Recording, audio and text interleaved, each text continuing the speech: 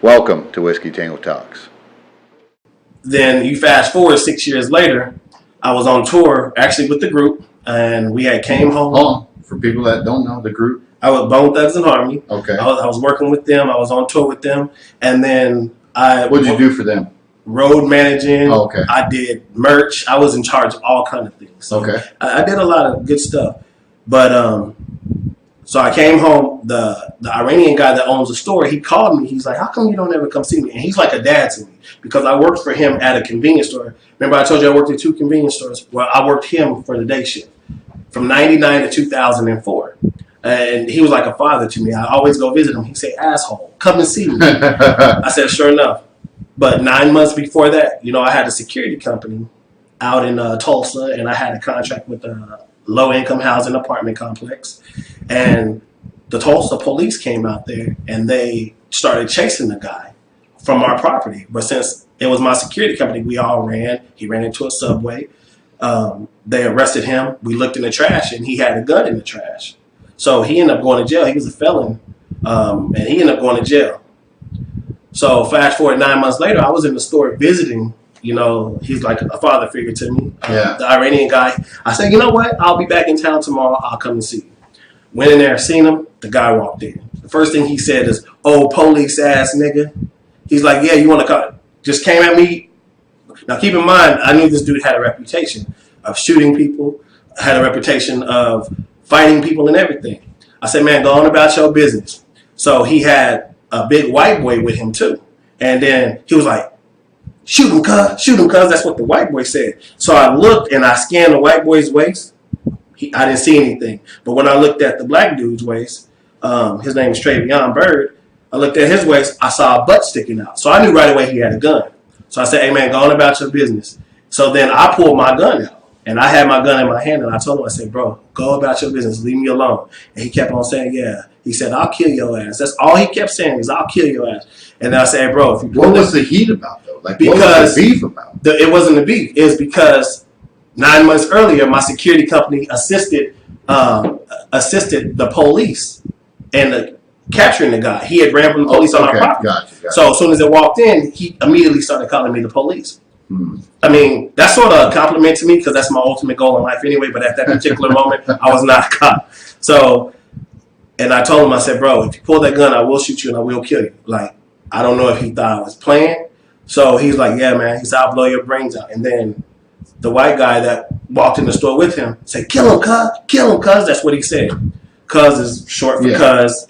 I guess he claimed himself to be a cripper. I don't know. None of my business. But he grabbed his gun, pulled out, and then I shot him. Where'd you hit him? All in the torso. I shot him with an FN 5.7.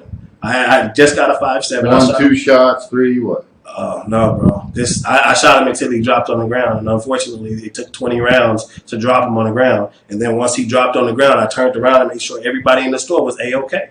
I was like, "You good? Anybody else get hit?" Because, I'm worried about everybody else. I turned back around. This dude is laying on the ground with a gun in his hand, lifting it up, trying to point it at me. So I took one final shot, shot him right here, and he expired right there on the spot. Man, now, with that shooting, it was a little bit different. I didn't coerce it. I kept telling the dude, "Just leave me alone, go about your business." So it's all on camera? Oh, everything is on HD, the best type of camera system you can have for security.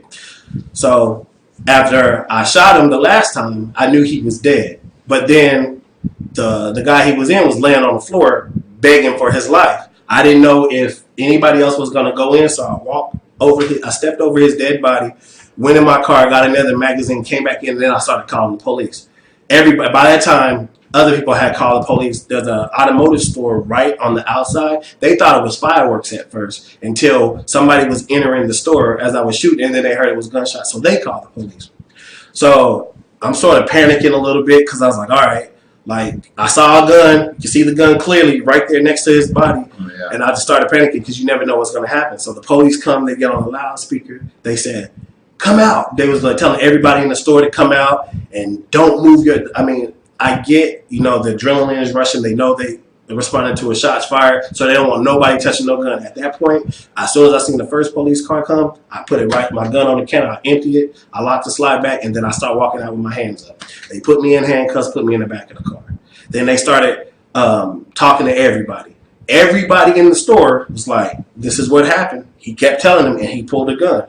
But you can't go by what everybody says, so they wanted to see the video. But as they were trying to see the video, the white boy that was with him got up and walked out the store and was trying to hurry up and leave. So from the front seat of the police car, I leaned out the window, and I said, hey, don't let him leave. He was a part of this. So they grabbed him and put him in handcuffs. They took us both down to the station. So they started taking my fingerprints, swabbing my mouth. They said, we got to keep your DNA on file, everything. Yeah. And I'm sitting there like I'm panicking. I don't know what's going to happen. I'm playing, reliving this moment back. I didn't even like the fact that I just killed somebody. Like anybody with a conscience is not going to want to do that.